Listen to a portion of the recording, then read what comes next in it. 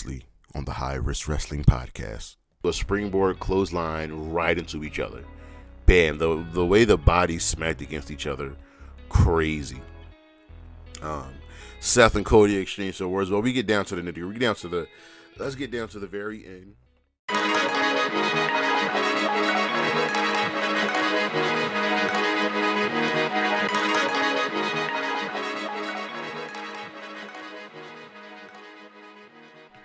Good afternoon, good morning, good evening, everybody. It is Saturday, February 4th, and you know what that means. It is time for the High Risk Wrestling Podcast. I am your host, no longer an honorary oos, Jeremy Pierce. Welcome, one and all.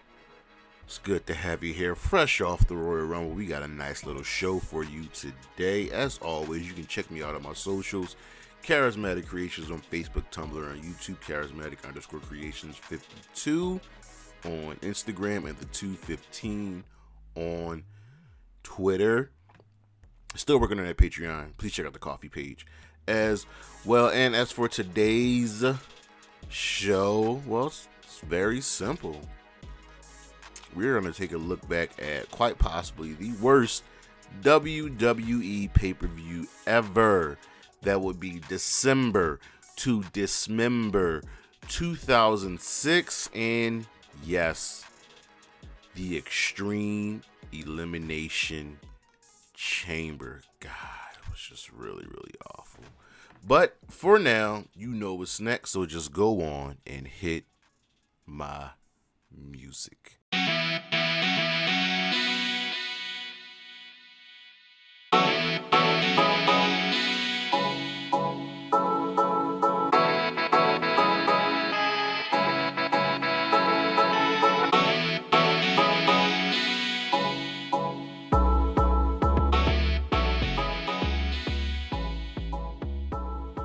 So in the way of news, not anything crazy, not anything super exciting, but there is always news. So the Royal Rumble, that in and of itself smashes another. They're these smashing records. They had they broke a gate record, and what else did they break? Viewership record. So they broke the all-time Rumble gate, which was up 135%.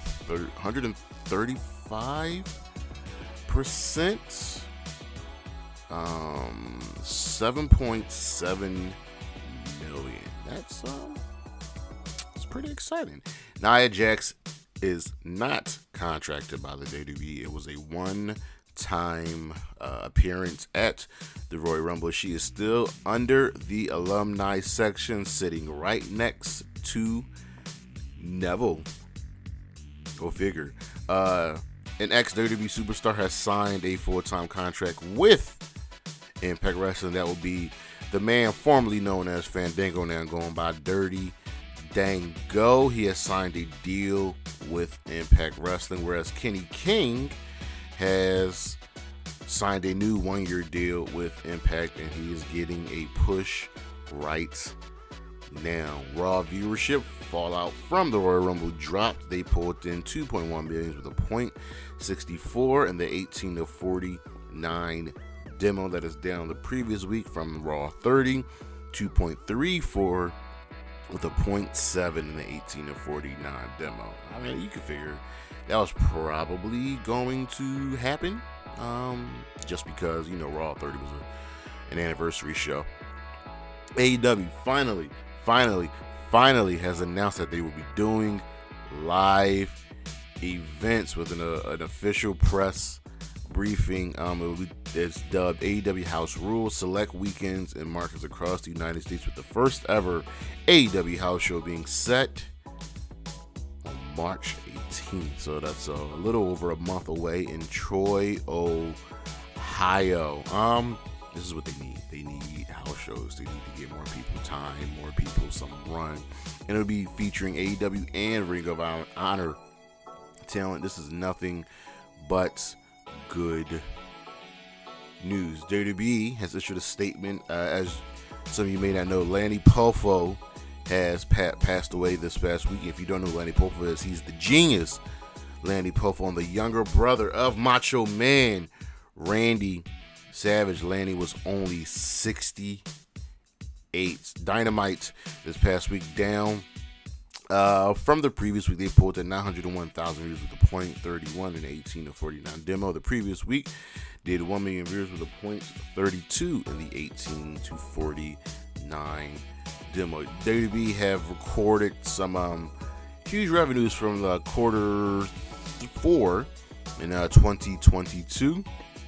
Now they saw about a revenue of $325 million with a 5% increase. The operating income was $62 million, and they were able to pull that off with a 22% decrease. So we'll see what happens now. We'll see what happens now that Triple H is in charge and he's been hiring people. We'll see how that revenue does with quarter number 1. I don't really focus on NXT that much anymore, but their contract with USA is running up this year. This was mentioned during the financial call. Will they get renewed? Will they move to the network? Will they move to Peacock? Who knows? AEW has a new hire. They have hired a new director of community engagement. That would be Caitlin Borden. She'll be focusing on youth programs, social change, human rights, as well as physical and mental health. She'll be collaborating as well with Mega Parekh, who is the chief legal officer of AEW. Ring of Honor / AEW have finally set their TV tapings, which will be in Orlando. I'm assuming at the Orlando studios, where they also do the Dark tapings, which is the former home of Impact Wrestling, the quote-unquote Impact Zone. So it's good. Finally, Ring of Honor will have some TV tapings. Looks like this will lead into their next pay-per-view, which is this Supercard of Honor? I believe it's Supercard of Honor. But it's great to finally get some Ring of Honor back on our television. And AEW, lastly, isn't close to nailing down a streaming deal. I guess they're really going to wait on this Warner Brother Discovery merger to see what happens. Ring of Honor is going to keep their own little, the Honor Club, whereas AEW, right now they're just rolling with YouTube. But that's the news, and we shall be right back.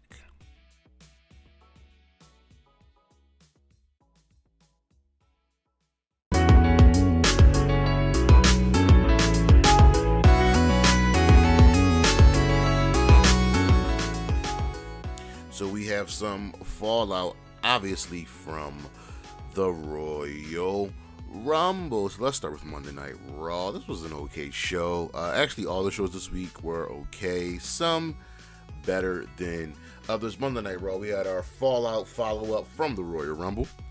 Cody opens the show stating his goals and his journey, what he wants. And he did say that he wanted the WWE Undisputed Universal Heavyweight Championship. That is such a dumb fucking name.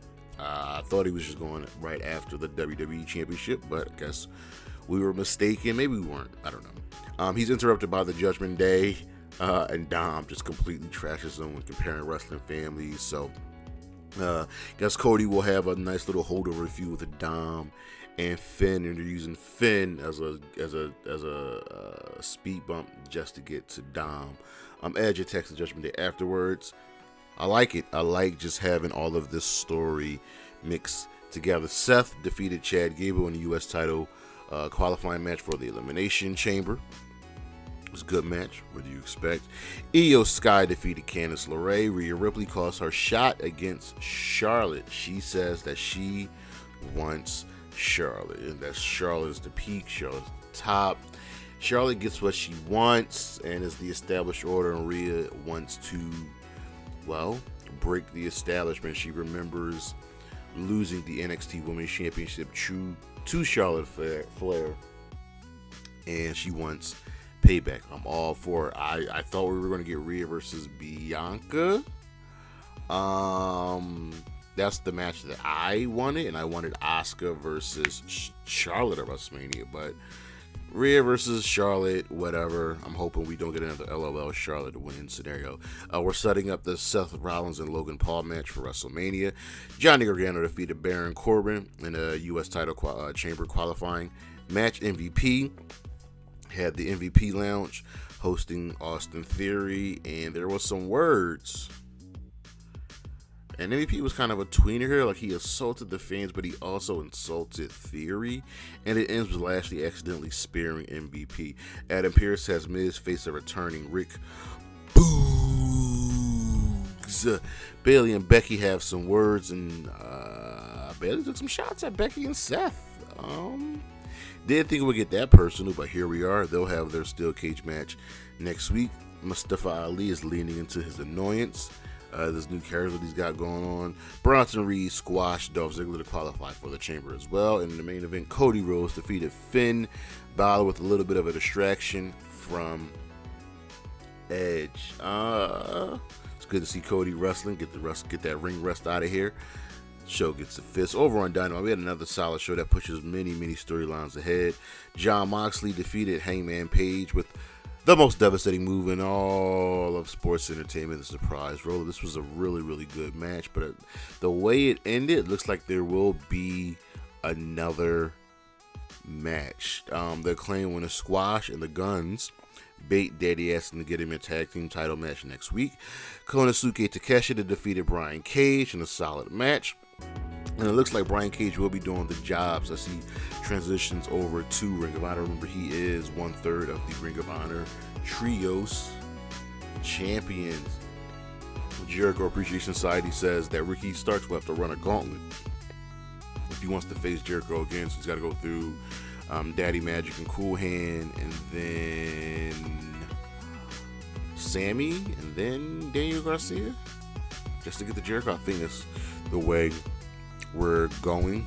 Bryan Danielson defeated Timothy Thatcher in a nice catch-as-catch-can match. It's beautiful wrestling, just beautiful, technical, hard-hitting. Takeshita thwarted MJF from interfering in the match after there was a ref bump, and then they fought in the back as well. So Takeshita will be facing MJF next week in a World Championship Eliminator match. You need to have Takeshita win this match. You can have Takeshita win, have Danielson lose to MJF at Revolution, and then Takeshita gets the match against MJF and still lose. MJF gets the win back. Easy booking. Jade Cargill gets win number 50, defeating Red Velvet and retaining the TBS championship. So now the storyline should be who's going to end her undefeated streak. Ruby Soho says she had nothing to do with Britt Baker being attacked earlier, and Britt doesn't believe her. And I'm like, listen, I don't care, Britt. I don't care. You're trash, you're scum, and I'll take pride when you get your ass beat. And in the main event, Samoa Joe defeated Darby Allin for the TNT Championship in a no disqualification match. This joint was crazy. Darby pulled out all the stops, and it just wasn't enough. He even exposed the ring. Man, but Wardlow made his return, and he'll get Joe. He got next. Over on Impact, another fine show. The Bullet Club defeated Kevin Knight and Kushida. Giselle Saw defeated Savannah Evans, and Saw says she's the Black Widow, and she runs down everybody who's no longer part of Impact. That includes Tasha Steelz, Chelsea Green, and the Inspiration.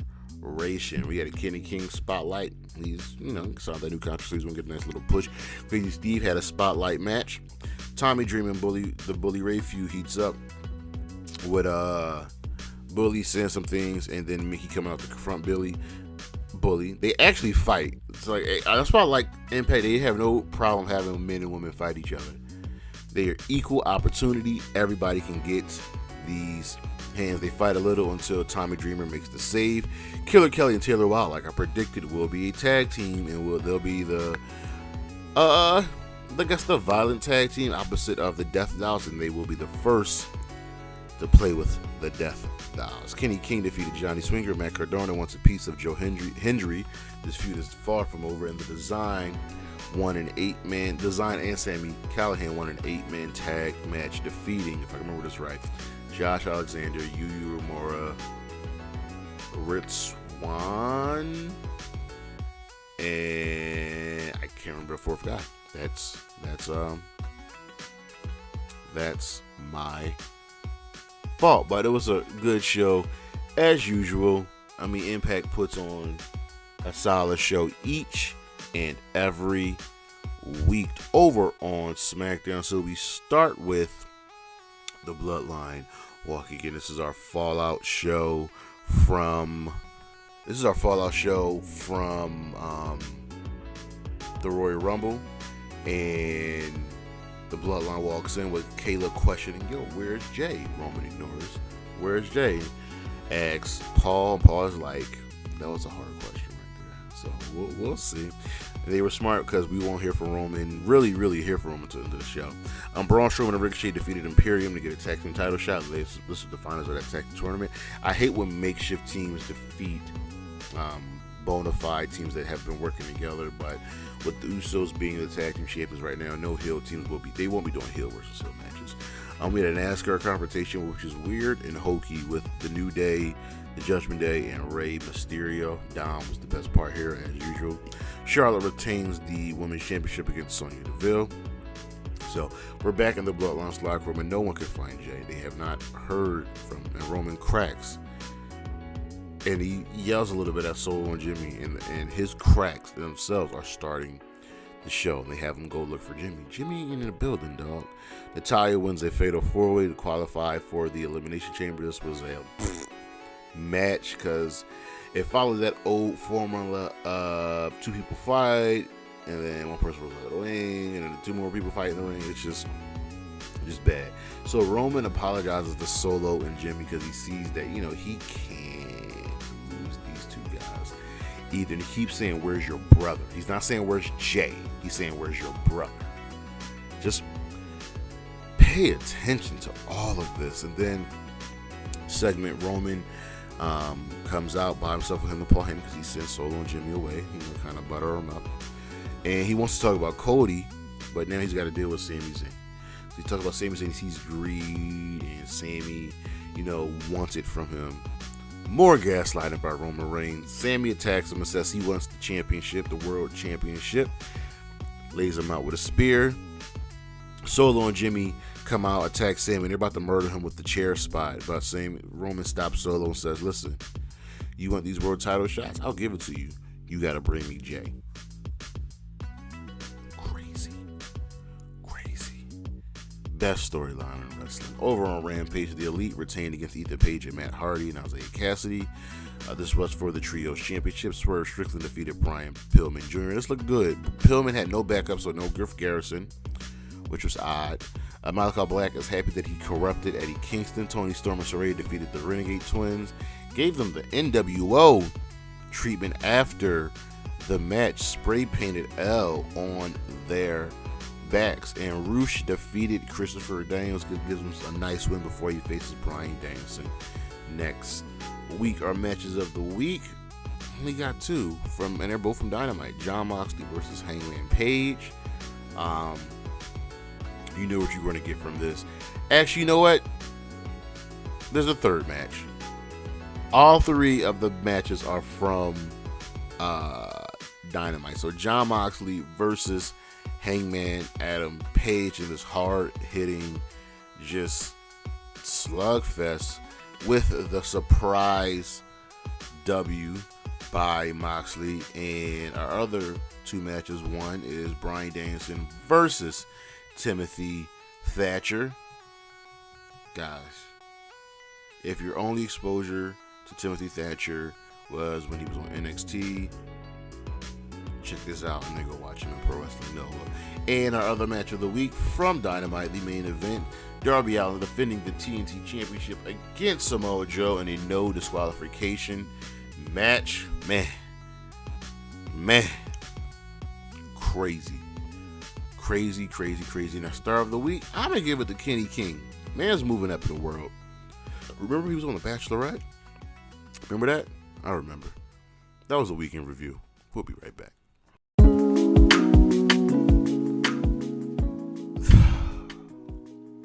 just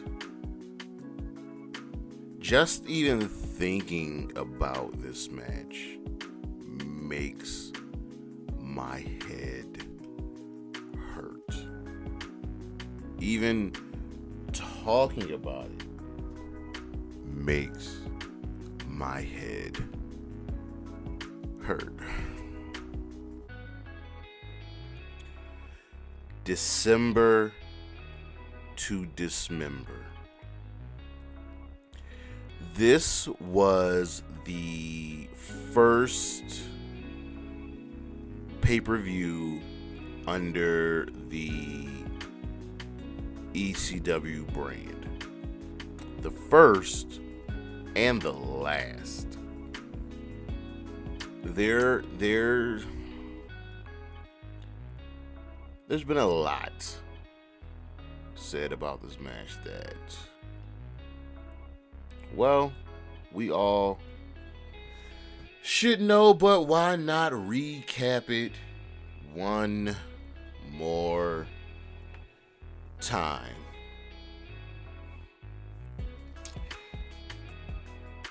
The match was headlined by the Extreme Elimination Chamber match for the ECW World Championship. Let's just start with the ECW. Let's just start, not these. Let's see where I'm. See how bad my head hurts now. Let's start with the Elimination Chamber. Let's give you a quick rundown of this match. It's a giant steel structure with 4 pods. It's like a dome. 2 men or women start, and then after a certain time interval passes, another person's released from the pod, unless at some point during the match, someone breaks the glass on the pod. Now, the original chambers were great. They looked brutal. But now they've really been watered down. They've been watered down a lot, actually. So the match has, yes, been watered down, but they used to be great. And you all know me. I'm Philadelphia. Born, bred. ECW is in my veins.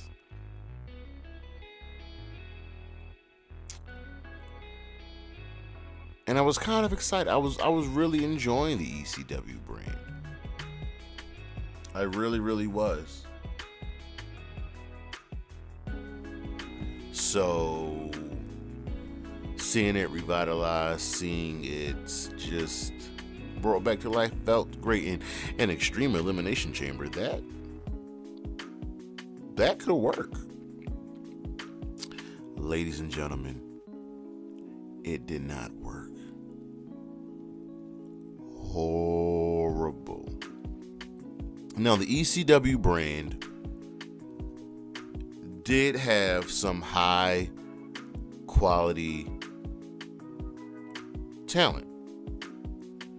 Who can ever forget Wrestling Machine, Perk, Kurt? Remember him? And some of, the other people introduced on that roster. Let's do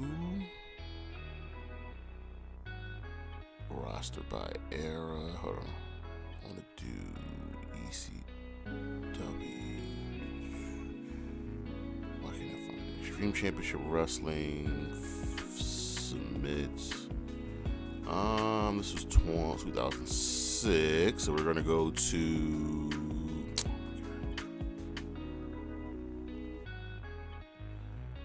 And this event was held. Oh, obviously December.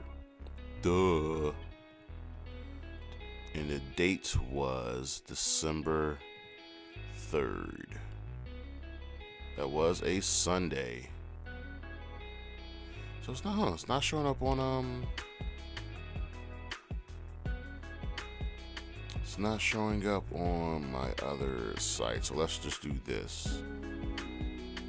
Bang, submit, ECW. There we go. So the ECW roster consisted of Boss Mahoney, Big Show, Bobby Lashley, CM Punk, Daivari, Danny Basham, Doug Basham, Elijah Burke, Harker Holly, Joey Styles, Kelly, Kevin Thorne, Matt Striker, Mike Knox, Nunzio, Paul Heyman, Rene Dupree, RVD, Sabu, Shannon Moore, Shelly Martinez, Stevie Richards, Sylvester Turkay, Taz, The Great Khali, The Sandman, Tommy Dreamer, Tony Mamaluke, and Trinity. So a mix of ECW originals with some new people to flesh out the roster. So at this point, Kurt Angle's not here. Chavo's not here anymore. Kane's not here anymore. But there's a nice mix. The thing about the ECW brand was it slowly became just another WWE brand. Yeah. Instead of separating itself from SmackDown, from Raw, it was, in the beginning, it was great. It was like, okay, here's ECW, Paul Heyman's in charge, but Vince McMahon always held a grudge. And he couldn't leave well enough alone. Instead of just saying, hey, Paul, this is you, make this feuds, do your thing, I'm gonna step away. He couldn't. And that's ultimately why this failed.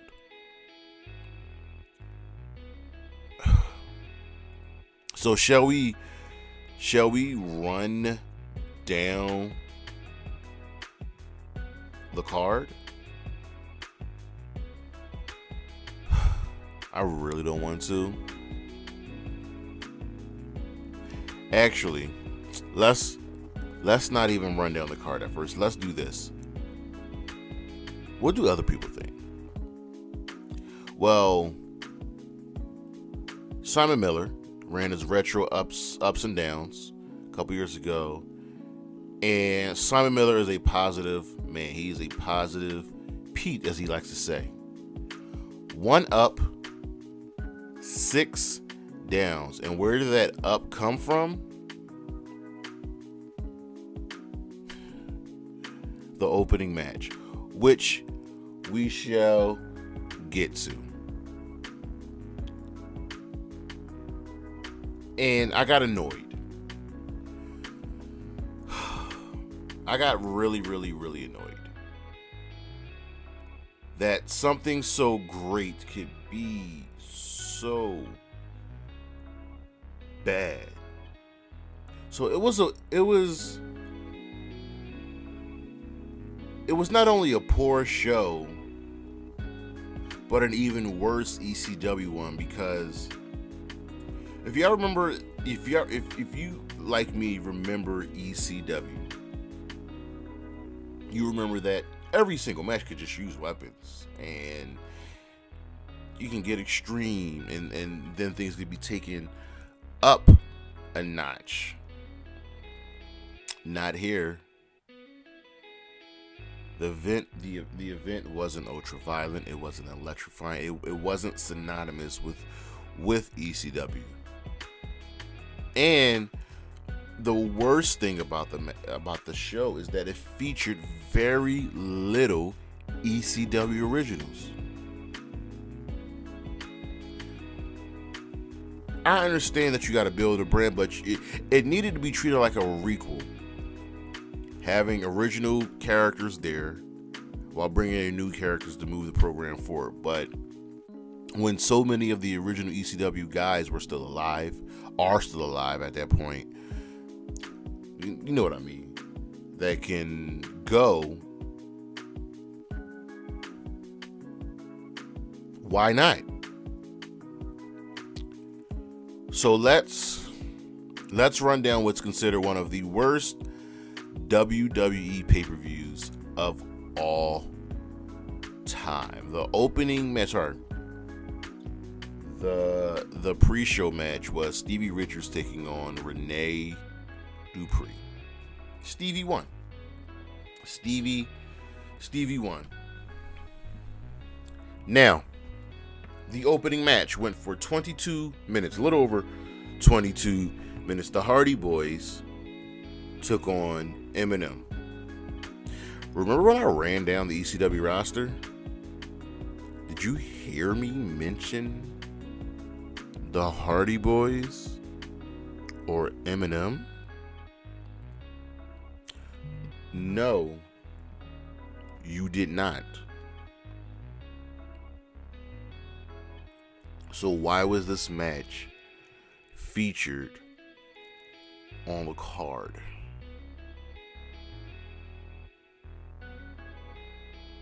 Why? Like,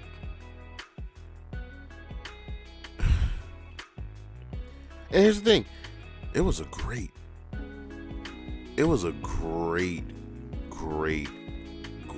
match.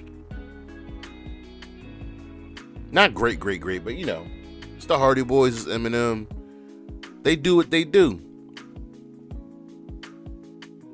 Second match on the card, Balls Mahoney versus Matt Striker in a Strikers Rules match. Balls Mahoney is an ECW original.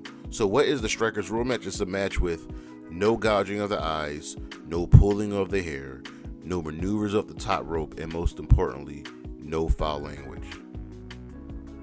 Now Balls Mahoney won with a spine buster. Yeah. That's how he won. With a spine buster. Huh?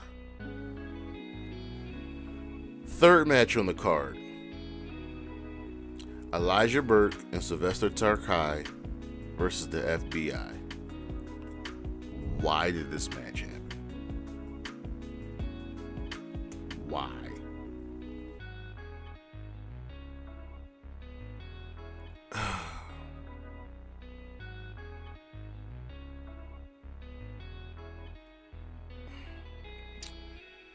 So at some point during the match, you know, Elijah Burke and Terkay started doing what they did, you know, a muscle buster, and the fans started chanting TNA. Elijah Burke did a forward rush release sweep, which is Jeff Jarrett's finisher, the stroke. So that didn't help, because at the time, TNA was WWE's biggest rival.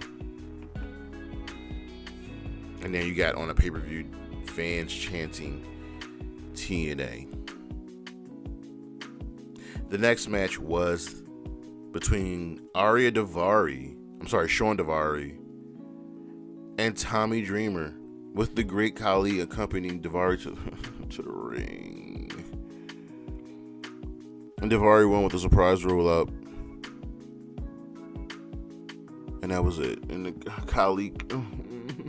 Khali came out and gave a choke bomb to Tommy Dreamer. The next match was an intergender tag team match with Kevin Thorne and Ariel taking on Mike Knox and Test. And the less said about this, the better. No one's really good here, even though you all know I'm a huge Shelly Martinez Ariel fan. And it was standard. This had to deal with the whole Mike Knox being a bad boyfriend and Kelly, and she's got a crush on CM Punk. It was just bad.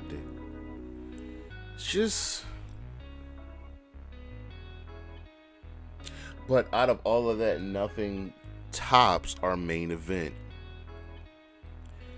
Nothing tops the Extreme Elimination Chamber.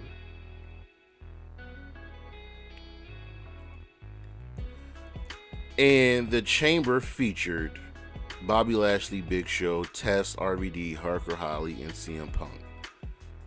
So some people there make sense, right? CM Punk supposed to be the face of the brand, RVD, even Big Show and Bobby Lashley. Why in the blue hell was Hardcore Holly in this match? He was a WWE guy through and through and replaced Sabu. So, fans were chanting for RVD. Obviously, it's RVD, one of the faces of ECW. A face of the original ECW. CM Punk became the new face. He was an uppercomer, and fans saw, at that time how great he was going to be. Big Show's a WWE vet, so was Tess, but Tess kind of fit in with ECW with his rebrand, and Lashley just looked like everything that Vince McMahon jerks off to. Heyman wanted CM Punk to win the match to help elevate, because Paul Heyman is a wrestling genius. Vince wanted Lashley. So going into the match, Big Show was ECW champion. And he was a fine champion. He was okay. This is from former WWE writer Andrew Goldstein, who detailed the exchange between Vince and Paul. Paul was adamant, I'm quoting here, "We have to have Punk go over Big Show and put the ECW title on this guy and let it ride." And Vince, whether it was a good idea or not, because it came from Paul, said no. Big Show.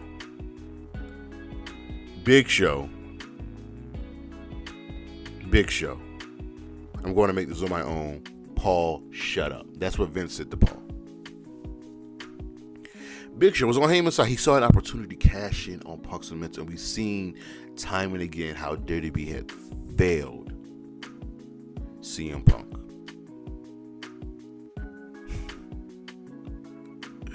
See, Big Show didn't want to lose to Lashley. He really wanted to put over CM Punk, and Big Show got it. And Sabu's forced exit bothered him. Extreme Elimination Chamber, and you replace Sabu with Hardcore Holly. Not only that, CM Punk was the first guy eliminated. He was the first one eliminated. That shows you how petty Vince McMahon is. And then RVD and Punk and Holly and Test were all gone, and Big Show lost to Bobby Lashley. So the two most over guys in the match, CM Punk, Big Show, got nothing.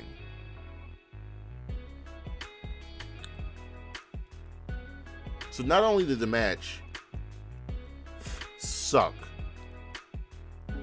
the event in and of itself sucked.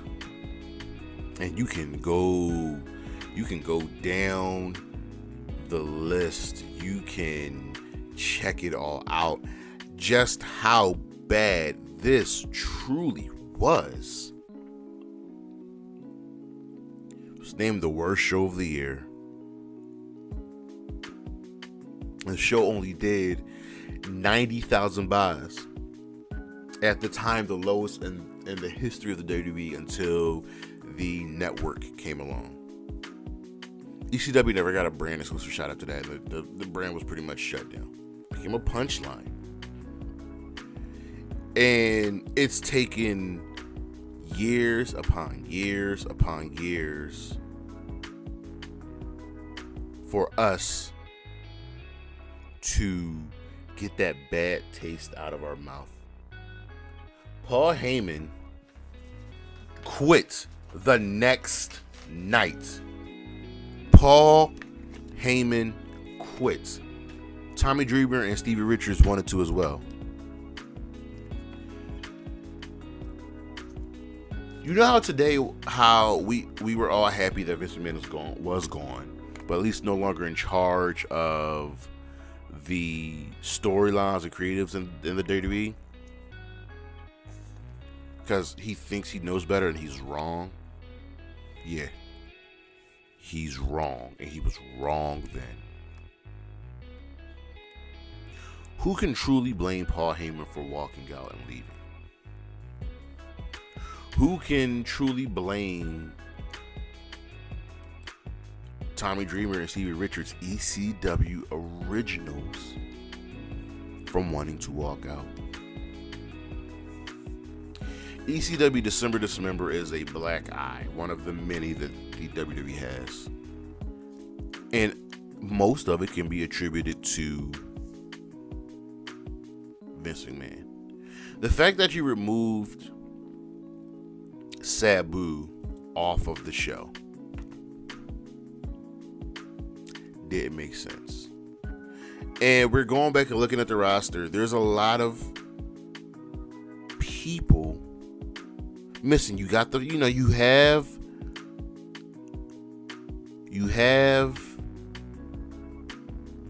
our ECW originals.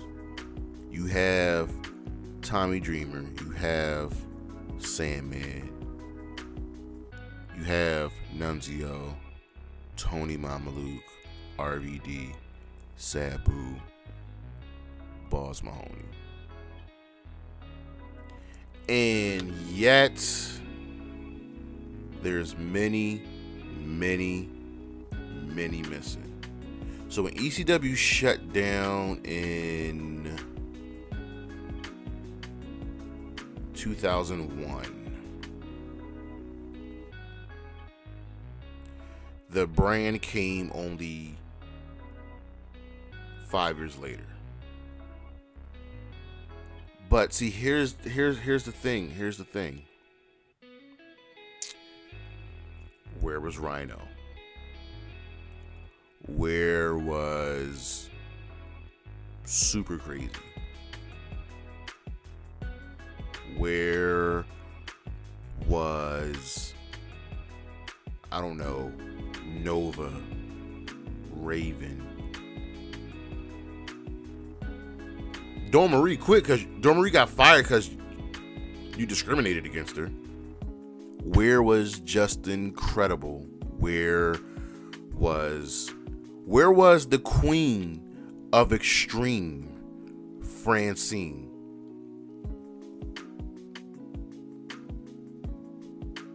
Like, Vince McMahon did everything in his power to make sure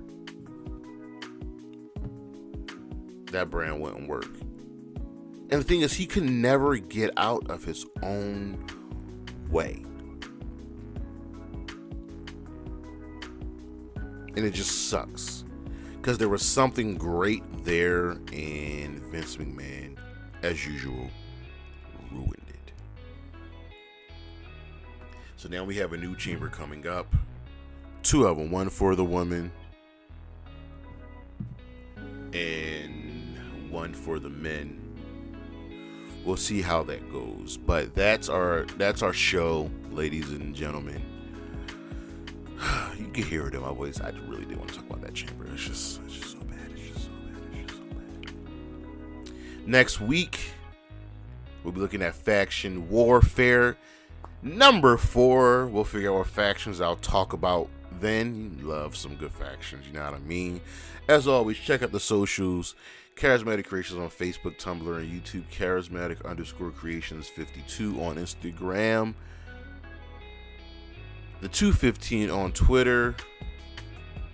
And as always, Xia Li, Wendy Chu, Shotzi Blackheart, and breaks my heart. Gigi Doe is no longer single. I thought I had a shot. And she's with Zachary Wentz. I'm hurt. Gigi, come holler at me, baby. That's our show. Peace.